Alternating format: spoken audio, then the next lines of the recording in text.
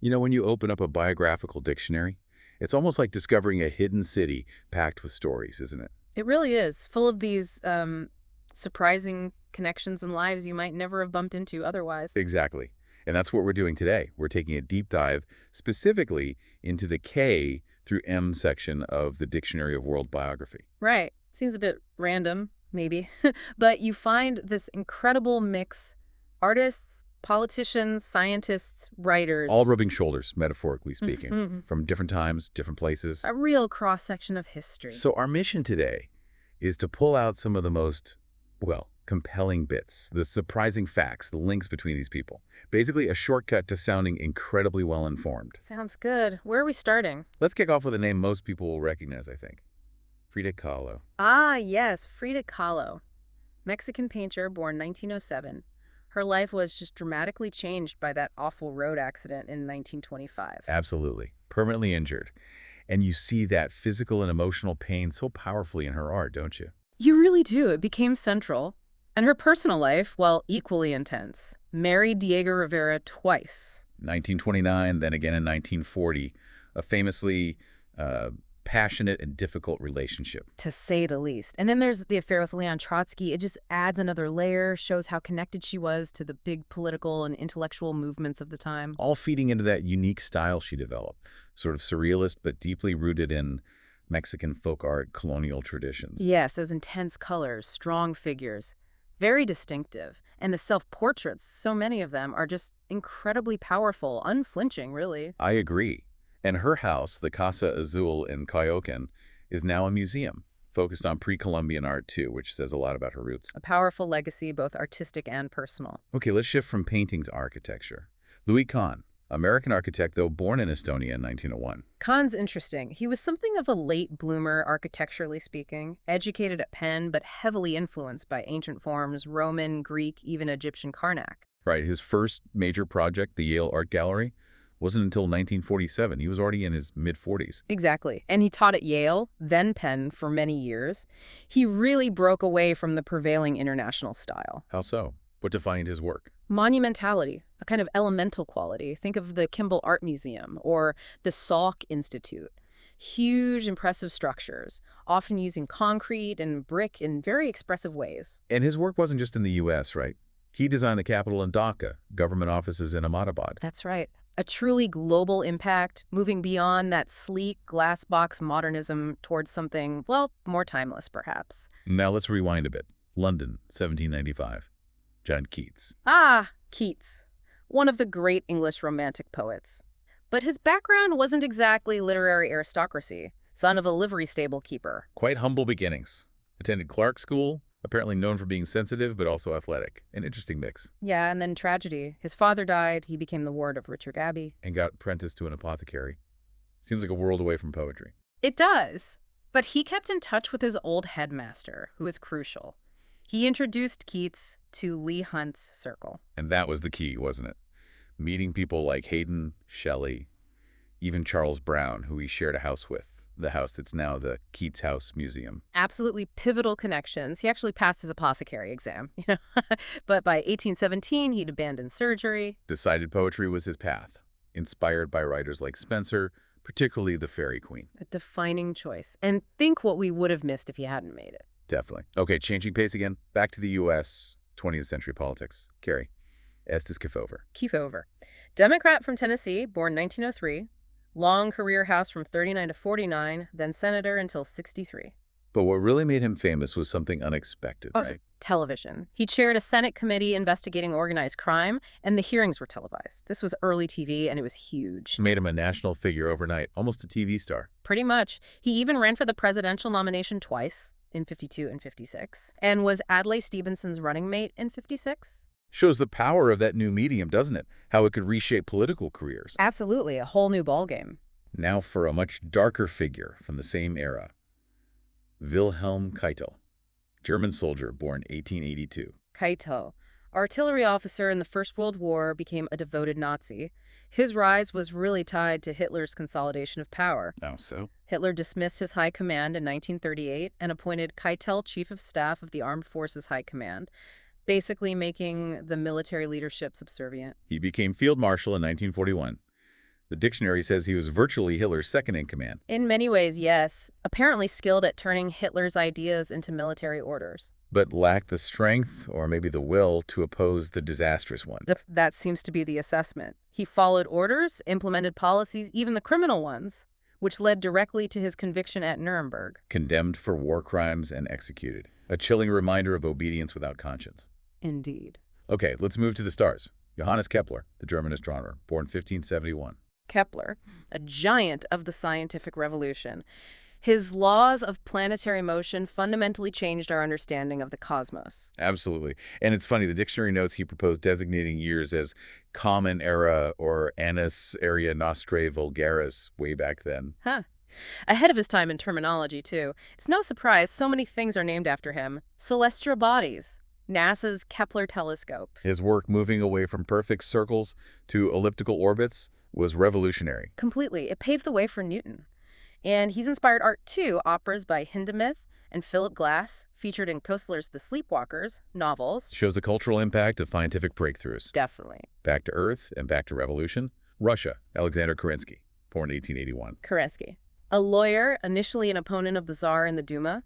After the February 1917 revolution, he rose rapidly. Minister of Justice, then War Minister, eventually head of the provisional government. Right. But his big mistake, arguably, was keeping Russia in World War I. Absolutely wrecked his popularity, didn't it? And opened the door for the Bolsheviks. Exactly. Overthrown in the October Revolution, November by our calendar, spent the rest of his long life in exile Paris, the U.S., even Australia. A dramatic rise and fall. And an interesting footnote. His son, Oleg, was a civil engineer, worked on the Sydney Harbor Bridge. Wow. Talk about lives taking different paths. Indeed. Okay, let's talk economics. John. Maynard Keynes, born in Cambridge, 1883. Keynes, hugely influential economist, came from a very intellectual background. Eton, Cambridge, influenced by Moore, Pigou, Marshall. Part of the Bloomsbury set, too. Worked in the civil service, lecturer at King's College. But his big moment on the world stage initially was the Versailles Treaty negotiations after World War I. He was the principal Treasury representative. And he strongly disagreed with the terms. He did. He resigned in protest and wrote The Economic Consequences of the Peace, predicted disaster if Germany was crippled by reparations. And he was largely proven right, wasn't he? Pretty much. He was also very critical of Britain going back onto the gold standard in 1925, a very sharp, often contrarian mind. Whose ideas fundamentally shaped 20th century economics. No question. Now, for someone who had a huge impact on a smaller scale, perhaps, but very tangible, Sir Frederick Truby King. Ah, Truby King. New Zealand physician, born 1858, known for founding Mothercraft and infant welfare clinics. And his work had a direct impact on lowering infant mortality rates in New Zealand, which were already becoming quite low. Yes, a real pioneer in public health and childcare practices. Practical, life-saving work. Definitely. Okay, shifting to Canadian politics. W.L. Mackenzie King, born 1874. Mackenzie King, longest-serving Canadian Prime Minister. Quite the pedigree grandson of William Lyon Mackenzie, a major figure in earlier Canadian history. And highly educated, too, Ph.D. from Harvard in industrial sociology. Right, Deputy Minister of Labor, then MP, eventually leader of the Liberal Party after Laurier died in 1919. Prime Minister for, what, 3 separate terms, a record? Spanning from the 20s right through to 1948. An incredible political survivor. He had a very clear view on Canada's relationship with Britain seeking equality. Which was eventually enshrined in the Statute of Westminster in 1931. Exactly. Defining moment for Dominion status. Though he also had that famous clash with the Governor-General, Lord Byng, in 1926 over constitutional powers. A major figure in shaping modern Canada. Undeniably. Let's turn to literature. Joseph. Rudyard Kipling. Born in Bombay, 1865. Kipling, a complex figure, novelist, short story writer, poet. His Indian birth and early experiences there were fundamental. Though he also had that difficult childhood back in England, which he wrote about in Stocky & Co. Yes. He went back to India, worked as a journalist in Lahore. That's where he got the material for his early successes. Departmental ditties, Plain Tales from the Hills, Soldiers 3.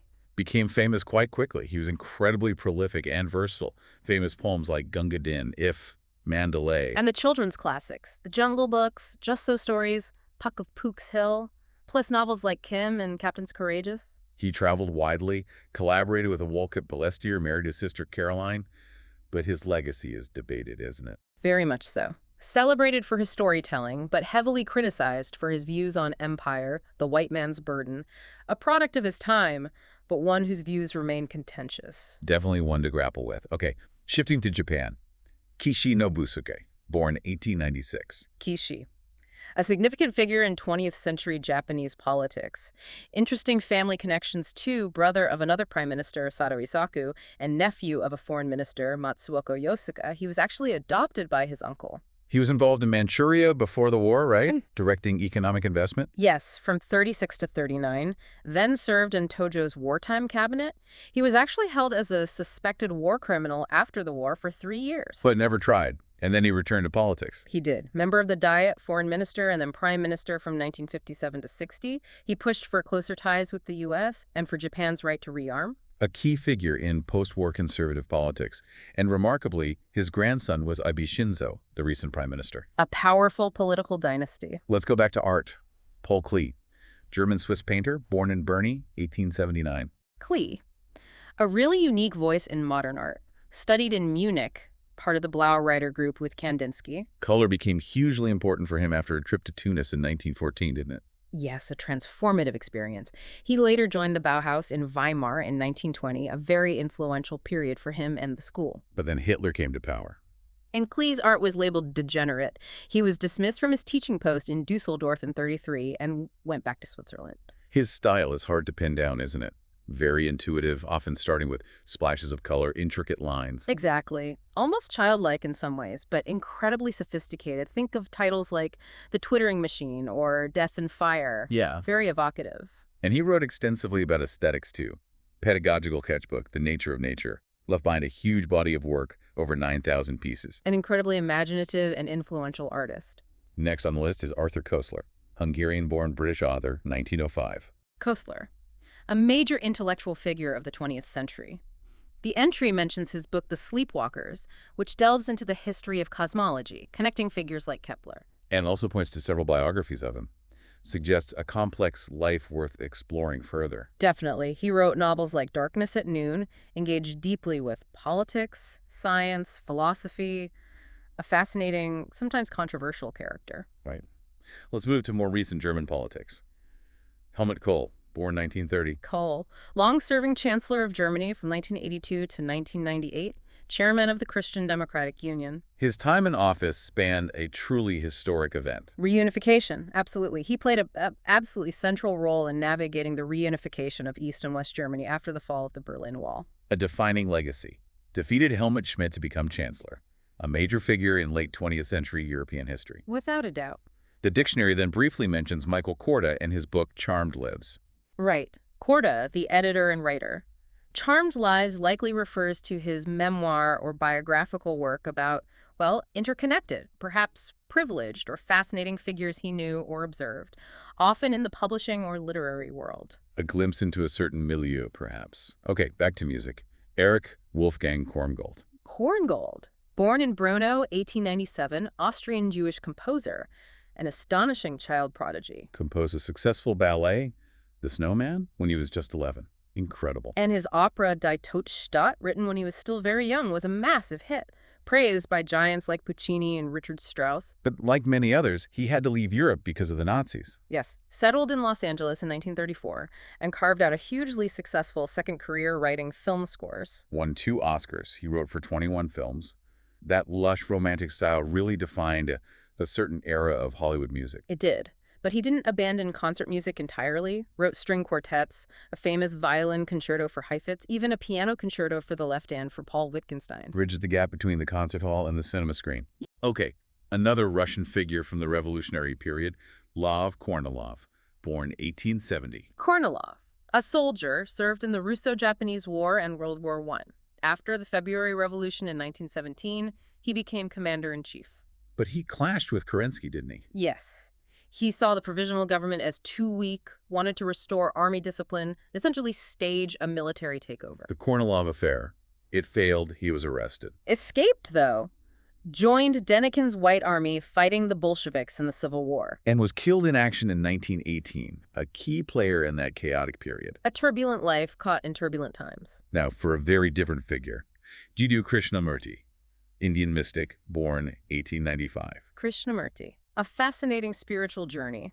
He was discovered as a boy by leaders of the Theosophical Society like Annie Besant. They proclaimed him the future world teacher, leader of a new organization, the Order of the Star of the East. Right, but then in 1929, in a famous speech, he dissolved the order, renounced the role they'd created for him. Quite a dramatic turn. What path did he take now? He spent the rest of his long life traveling and teaching, emphasizing individual self-awareness, freedom from dogma and authority. A very independent philosophical path.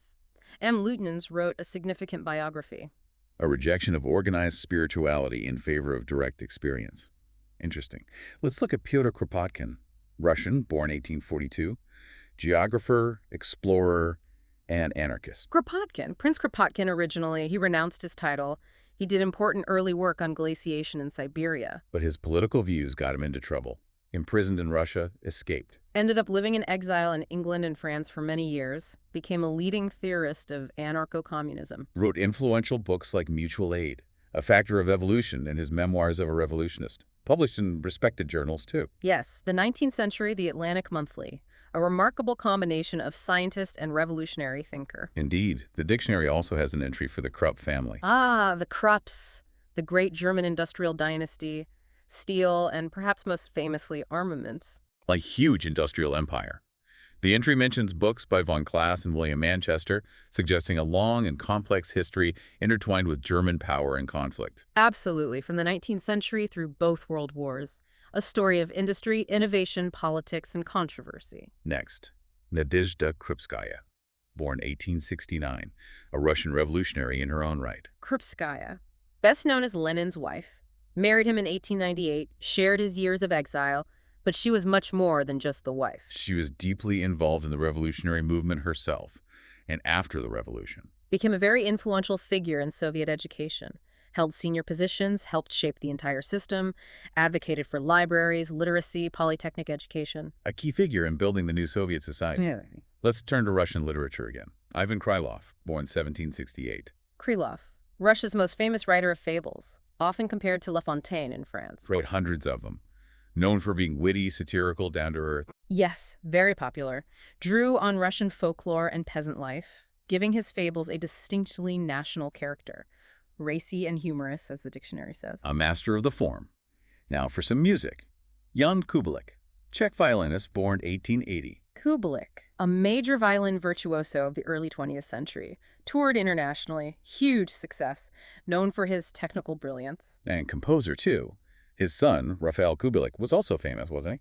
Yes, Raphael became a very distinguished conductor, led major orchestras like the Chicago Symphony and the Bavarian Radio Symphony, a significant musical family. A legacy continued. Okay, let's go to the Netherlands. Abraham Kuyper, born 1837. Kuyper, a really influential figure in Dutch life, theologian, politician, founded the Anti-Revolutionary Party in 1878. Based on Calvinist principles, he even served as prime minister from 1901 to 1905. Right. He was involved in diplomacy, too, helped mediate the end of the Boer War.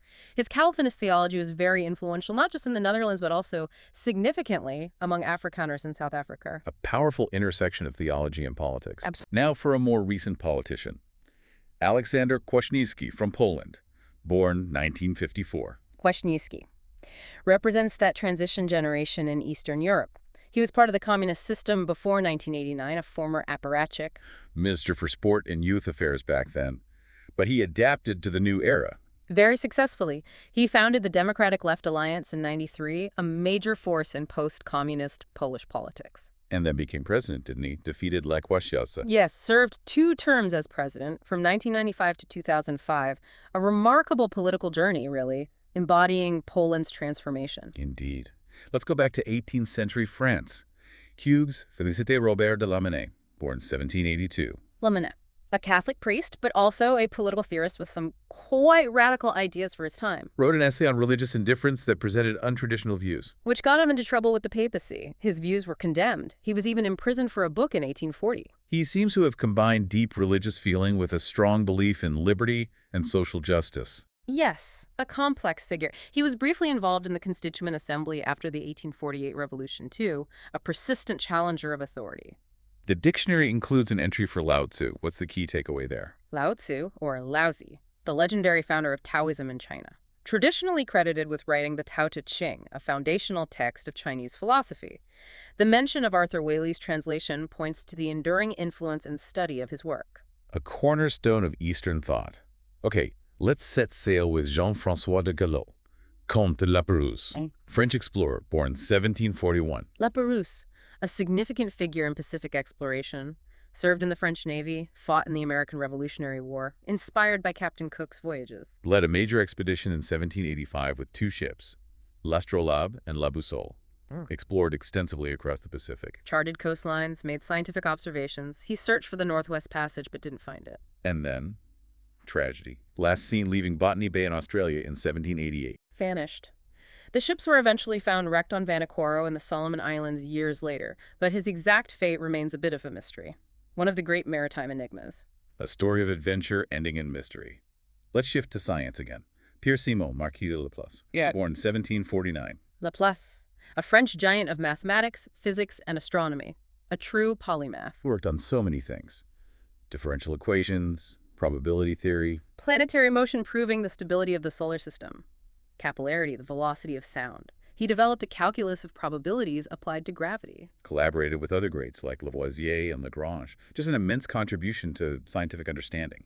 Often called the French Newton, his Mécanique Céleste was a landmark work summarizing celestial mechanics. Incredible mind. Now for some music from the Renaissance. Orlando de Lassus, born around 1532. Lassus, or Orlando di Lassus, Franco-Flemish composer, hugely prolific, one of the central figures of the late Renaissance. Composed everything, masses, motets, madrigals, French chansons, German lieder. Over 2,000 works survive. Incredible output. His music is known for its expressiveness, harmonic richness, often considered more adventurous than his contemporary Palestrina, hugely respected in his time and ennobled by the emperor. A master of his craft. Okay, let's go to Australia. Sir John Greig Latham, born 1877. Latham, a major figure in Australian law and politics in the first half of the 20th century. Federal MP, Attorney General, Leader of the Opposition, Minister for External Affairs, a long political career. And then appointed Chief Justice of the High Court, serving from 1935 to 1952, a very distinguished legal mind. He also served as Australia's first minister to Japan just before the Pacific War broke out. A critical time. Yes, a very significant public servant across multiple domains. The dictionary has entries for Sir Thomas Lawrence, the English portrait painter, born 1769. Lawrence, the dominant portrait painter of the Regency period in England, famous for his elegant, often flattering depictions of high society and political figures. The mention of biographies suggests ongoing interest in his technique in the era he captured. And then, of course, T.E. Lawrence, Lawrence of Arabia, born 1888. Lawrence, archaeologist, soldier, writer, famous for his role in the Arab Revolt during World War I, a legendary, almost mythical figure. The entry notes his earlier archaeological work studying Crusader castles, which is often overlooked. His life story continues to fascinate. Let's look at an American admiral, William Daniel Leahy, born 1875. Leahy, long naval career, served in both world wars, rose to become the first fleet admiral in U.S. history. That's the highest rank. He was chief of staff to Presidents Roosevelt and Truman during World War II and the early Cold War. Hugely influential. Yes. The dictionary notes he opposed using the atomic bomb on Japan, but later advocated a hard line against the Soviet Union, a key figure in wartime strategy and early Cold War policy. A central player at a critical time. Now, someone who changed our understanding of human origins. Louis Leakey, born in Kenya in 1903. Louis Leakey. Along with his wife Mary, a pioneering paleoanthropologist, their work in East Africa, especially Olduvai Gorge, was revolutionary.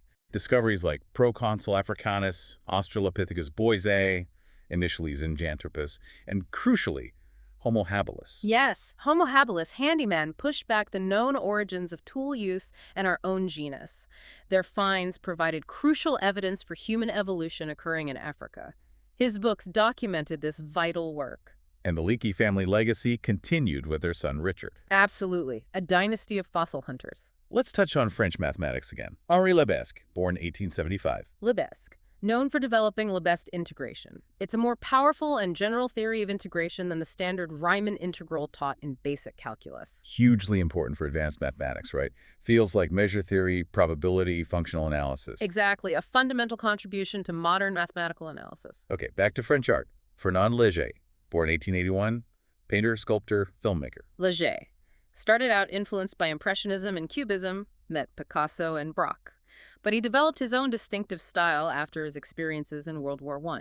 That machine aesthetic, right? Incorporating mechanical elements, bold outlines, primary colors, celebrating modern industrial life in a way. Yes, often called Cubism because of the cylindrical forms. His later work became perhaps a bit warmer, more focused on human figures, but still very bold and graphic. And he was versatile too. Murals, tapestries, stained glass, mosaics. A major figure of 20th century modernism. Now for an opera singer. Lotte Lehmann, German-American soprano, born 1888. Lehmann, a really beloved soprano, especially famous for her interpretations of Richard Strauss roles. The Marschallin in Der Rosenkavalier was iconic, also great in Wagner and as a leader singer. Left Germany due to the Nazis, had a successful career at the Met in New York, also a respected teacher later in life. A major artist with a long and influential career. Let's tackle a giant of philosophy and mathematics. Gottfried Wilhelm Leibniz, German, born 1646. Leibniz, an absolute polymath, philosopher, mathematician, logician, physicist, diplomat, librarian, the list goes on. Studied law and philosophy. Famously invented calculus independently of Newton. Also invented a calculating machine. Became a Fellow of the Royal Society in London. His philosophical system is incredibly complex monads. The principle of sufficient reason, optimism. As librarian to the Duke of Brunswick, he corresponded with thinkers all over Europe, a central node in the Republic of Letters. A truly foundational figure of the Enlightenment. Now for a name synonymous with revolution. V.I. Lenin. Born Vladimir Ilyich Ulyanov, 1870. Lenin, the architect of the Bolshevik Revolution and the founder of the Soviet state. Marxist theorist, political leader. Led the Bolshevik faction, turned it into a separate party, organized the November 1917 seizure of power, became head of the first Soviet government. Made the controversial decision to sign the Treaty of Brest-Litovsk, ending Russia's involvement in WWI at great territorial cost. Faced civil war against counter-revolutionary forces led by figures like Denikin and Kolchak. His ideas and actions shaped much of the 20th century. A figure of immense and intensely debated historical significance. Let's step back to the Renaissance papacy. Leo X, born Giovanni de' Medici, 1475. Pope Leo X, son of Lorenzo the Magnificent of Florence, his papacy, 1513-1521, is known for its great patronage of the arts. Commissioned Raphael, invited Leonardo da Vinci to Rome, a high point of the Renaissance. He was also involved in the complex politics of Italy, balancing French and Spanish power, but his papacy also saw the start of something huge. Martin Luther and the Protestant Reformation. Leo X excommunicated Luther. Yes. His initial response, focused perhaps more on finance and art than theology, proved inadequate to the challenge Luther posed, a papacy of cultural brilliance overshadowed by religious schism. Now to Spain. Alejandro Lerroux, politician, born 1864. Lerroux, a long and somewhat checkered political career in Spain, started as a radical Republican, known for his inflammatory rhetoric. Spent time in exile. Later became more moderate, served as foreign minister and prime minister several times during the Second Republic in the 1930s. Often seen as an opportunist by his critics, his career reflects the intense political instability and fragmentation of Spain during that era. A key player in a tumultuous period. Let's return to French literature.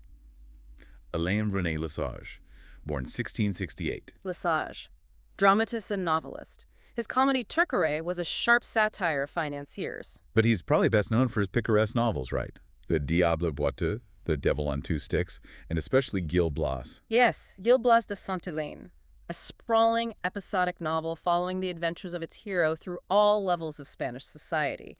Hugely popular and influential. It influenced English novelists like Smollett and Fielding, helped shape the development of the novel form. Definitely. A major figure in 18th century fiction. The dictionary includes Doris Lessing, the British novelist born in Persia, and now Iran, in 1919. Lessing, Nobel Prize winner, a major literary voice of the 20th and early 21st centuries, known for works like The Golden Notebook, explored themes of feminism, colonialism, politics, science fiction even.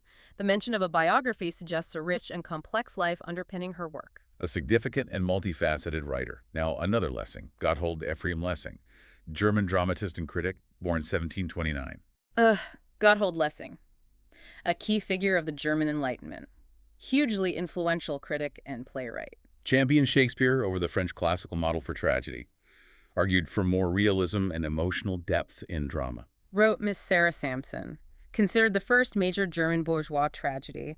Also famous for his critical work Laocoon, On the Limits of Painting and Poetry, and his plea for religious tolerance in Nathan the Wise. A major force in shaping German literature and thought. Absolutely. Let's go to American labor history. John L. Lewis, born 1880. John L. Lewis. A towering and often controversial figure, president of the United Mine Workers of America for 40 years, from 1920 to 1960. Known for his forceful leadership, dramatic rhetoric, fought hard for miners' wages and safety. And he was instrumental in founding the Congress of Industrial Organizations, CIO, in the 1930s, organizing workers in mass production industries like steel and auto. He later pulled the mine workers out of the CIO, though, a complex and powerful figure who significantly shaped the American labor movement. The mention of a biography by Saul Alinsky hints at his complex legacy. Definitely a major force. Now for something completely different. Matthew Gregory Lewis, Monk Lewis, English novelist, born 1775. Monk Lewis, famous or infamous for his Gothic novel Ambrosio, or The Monk, published when he was very young. Caused quite a scandal, didn't it? Full of horror, eroticism, anti-clericalism. Hugely popular, though. Defined the sensationalist end of the Gothic genre. He also wrote plays and poetry. The biography mentioned suggests continuing interest in this key figure of late 18th century Gothicism. A master of the macabre. The dictionary lists Sir W. Arthur Lewis, the West Indian economist, born 1915. Arthur Lewis, Nobel Prize winner in economics 1979, born in St. Lucia, a pioneer in development economics. Known for the Lewis model of economic development, focusing on the transfer of labor from the traditional agricultural sector to the modern industrial sector. Hugely influential work for understanding economic growth in developing countries. Taught at Manchester and Princeton, a major figure in post-colonial economic thought. Absolutely. Let's consider Percy Wyndham Lewis, English painter and novelist, born 1884. Wyndham Lewis, a key figure in British modernism, but also a controversial one.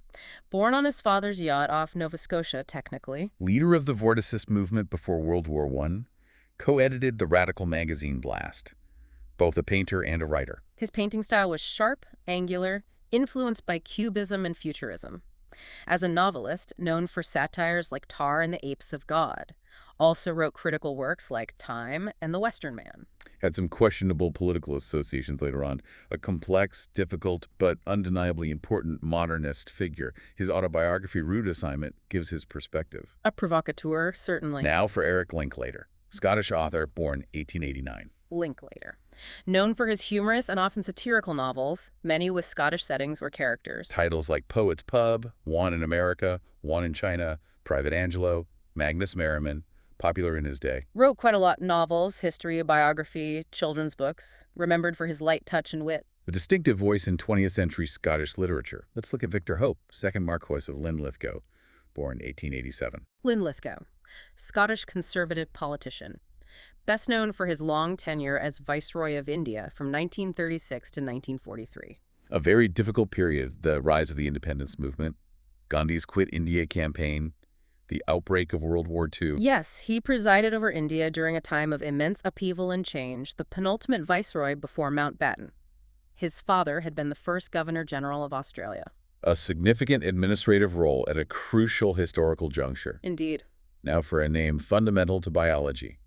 Carl Linnaeus, Swedish botanist, born 1707. Linnaeus, the father of modern taxonomy. His system for naming, ranking, and classifying organisms is still in use today. Binomial nomenclature, giving every species a two-part Latin name, genus and species. Revolutionized biology. He was also a physician and zoologist, sent his students, apostles around the world collecting specimens. His own collection is now housed by the Linnean Society of London. Just an immense impact on how we understand and organize the natural world. The numerous biographies mentioned attest to his stature. Truly foundational. The dictionary includes Linus, figure from the 1st century CE. Linus, traditionally considered the second bishop of Rome, succeeding St. Peter, mentioned by early church fathers like Irenaeus, possibly the Linus mentioned by Paul in the New Testament, a very early figure in Christian leadership. Part of the church's earliest history. Let's switch to silent film comedy. Harold Lloyd, born 1893. Harold Lloyd, one of the greats, alongside Chaplin and Keaton, famous for his glasses character, the optimistic, striving go-getter. And for those incredible stunts. Yeah. Hanging off clocks, buildings, breathtaking physical comedy. Hugely popular in the 1920s, films like Safety Last, And The Freshman? He successfully transitioned to sound films too, though his silent work is perhaps more iconic. A master of timing and spectacle. Now for a British politician, John Selwyn Lloyd, Baron Selwyn Lloyd, born 1904. Selwyn Lloyd, conservative politician, held several major offices in the post-war era. Foreign Secretary during the Suez Crisis in 1956. Chancellor of the Exchequer under Macmillan, famously sacked in the Night of the Long Knives. Later became leader of the House of Commons and then Speaker. A long career at the heart of British politics, often involved in controversial events. A significant figure through several administrations. Let's consider David Lloyd George, born 1863. Lloyd George, the Welsh wizard, a towering figure in British politics in the early 20th century. Liberal politician. Chancellor of the Exchequer, who introduced major social reforms, the People's Budget, then wartime prime minister from 1916 to 1922. Led Britain through the latter part of World War I, dominated the Paris Peace Conference at Versailles, a dynamic, charismatic, but also divisive leader. His influence declined after the war as the Liberal Party split and faded. But a truly transformative figure, advised by Keynes on economic matters later. Absolutely shaped his era. Now for an astronomer. Sir Norman Lockyer, English, born 1836. Lockyer, a pioneer of astrophysics, one of the first to use spectroscopy to study the sun's chemical composition. Co-discoverer of helium, actually, by observing the sun's spectrum during an eclipse. And he founded the scientific journal Nature in 1869, which is still one of the world's leading science journals. Also a pioneer in archaeoastronomy, studying sites like Stonehenge. A key figure in the birth of modern astronomy and science communication. Definitely. Let's look at Ada Lovelace, born Augusta Ada Byron, 1815. Ada Lovelace, daughter of Lord Byron, the poet, but famous in her own right as a mathematician and writer. Worked with Charles Babbage on his proposed mechanical computer, the analytical engine. She wrote extensive notes on it, including what's considered the first algorithm intended to be processed by a machine, so often called the first computer programmer. She saw its potential beyond mere calculation, which was incredibly far-sighted. The biographies mentioned highlight her unique contribution at the dawn of the computer age. A visionary figure. Now for Richard Lovelace. English Cavalier poet, born 1618. Richard Lovelace, one of the Cavalier poets who supported King Charles I during the English Civil War. Best known for a couple of lyrical poems written while in prison for his royalist activities. To Althea from Plön, containing the line, "Stone walls do not a prison make," and to Lucasta, going to the wars. Embodies that spirit of gallantry, love, and loyalty associated with the Cavaliers. Died young and relatively poor. His poems capture a specific moment of conflict and ideals. Let's consider Anatoly Lunacharsky, Russian revolutionary, born 1875. Lunacharsky, Marxist revolutionary, writer, critic. After the Bolshevik Revolution, he became the first Soviet People's Commissar of Enlightenment. Basically, head of education and culture, a very important post in shaping the new society. He was relatively moderate in cultural matters, trying to protect some artists and intellectuals during a difficult period. The biography mentioned likely explores this complex role. A key figure in early Soviet cultural policy. Yes. The dictionary includes Alfred Lunt, American actor, born 1893. Alfred Lunt, one half of the most famous acting couple in American theater history, the Lunts, with his wife Lynn Fontanne. Dominated Broadway for decades. Known for their stylish performances, perfect timing, and dedication to their craft. The Lunt-Fontanne Theater is named after them. Legends of the American stage. Now for Magda Lupescu, Romanian, born around 1895. Magda Lupescu, a very controversial figure, mistress and later wife of King Carol II of Romania. She wielded considerable influence over him, making her a target of political intrigue and public criticism. Lived in exile with him after his abdication. A dramatic life intertwined with royalty and politics. A femme fatale figure in Romanian history. Let's look at Jean Laursat, French artist, born 1892.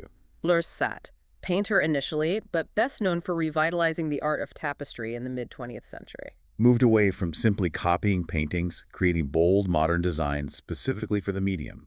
Inspired a whole new school of French tapestry. His work often featured symbolic motifs like suns and roosters. Gave tapestry a new lease of life as a major art form. Now for one of the biggest names, Martin Luther, German theologian, born 1483. Luther, the catalyst of the Protestant Reformation. Augustinian monk who challenged the sale of indulgences and other practices of the Catholic Church.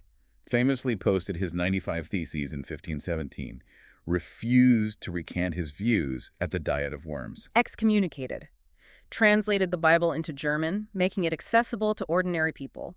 His theological ideas, justification by faith alone, the priesthood of all believers, fundamentally reshaped Western Christianity.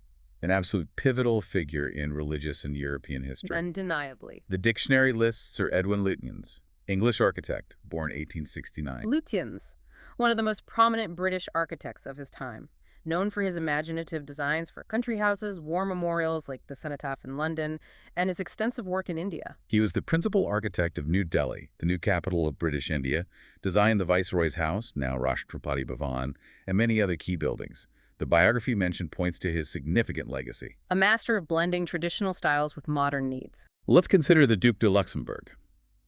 François-Henri de Montmorency-Bouteville, French soldier, born 1628. Luxembourg, a brilliant military commander under Louis XIV, fought alongside the great Condé in his youth. Later became one of Louis XIV's most successful marshals, particularly noted for his victories over William III of England at battles like Fleurus, Steenkirk, and Neerwinden during the 9 Years' War. A highly skilled tactician, though sometimes criticized for not following up his victories decisively, a key figure in the wars of the late 17th century. A master of the battlefield. Now for Joe McCarthy, American politician, born 1908. Joe McCarthy, Republican senator from Wisconsin. His name became synonymous with the anti-communist hysteria of the early 1950s in the U.S. McCarthyism. He made sensational, often unsubstantiated, accusations of communist infiltration in the government, the army, and other institutions. Created a climate of fear and ruined many careers. Truman called him a pathological character assassin, eventually censured by the Senate in 1954, which effectively ended his power. A dark chapter in American political history. The book mentioned likely delves into that period. A cautionary tale. Let's look at Mary McCarthy, American writer born 1912. Mary McCarthy, novelist, critic, intellectual, known for her sharp wit and often satirical writing. Famous for her autobiographical memories of a Catholic girlhood and novels like The Groves of Academe and especially The Group, which was a huge bestseller about Vassar graduates. Also a prominent literary and social critic, engaged in famous intellectual feuds, notably with Lillian Hellman, a distinctive, often acerbic voice in American letters. A keen observer of her times. And finally, Sir Paul McCartney, born 1942. Paul McCartney needs little introduction. Member of the Beatles, arguably the most influential popular music group of all time. Incredible songwriter, often in partnership with John Lennon. Bassist, singer. Think of songs like Yesterday, Hey Jude, Let It Be. The list is endless. Yesterday is cited as one of the most covered songs ever.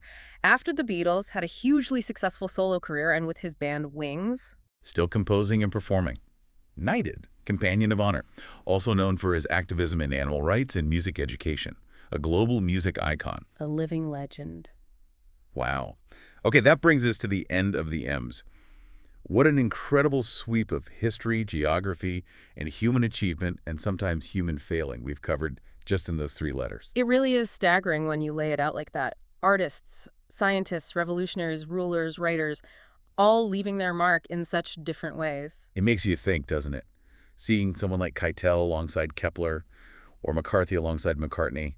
What does this random slice-through biography tell us about, well, the forces that shape history and individual lives? That's a huge question. Maybe it highlights the sheer diversity of human paths, the interplay of talent, circumstance, ambition, ideology, and maybe just sheer luck sometimes. Perhaps. And for you listening, which of these figures stood out most? Was it a familiar name you learned something new about, or someone completely new whose story grabbed you? It's definitely worth pondering. And remember, this was just K through M. There's a whole alphabet of fascinating lives out there in these dictionaries waiting for their own deep dive.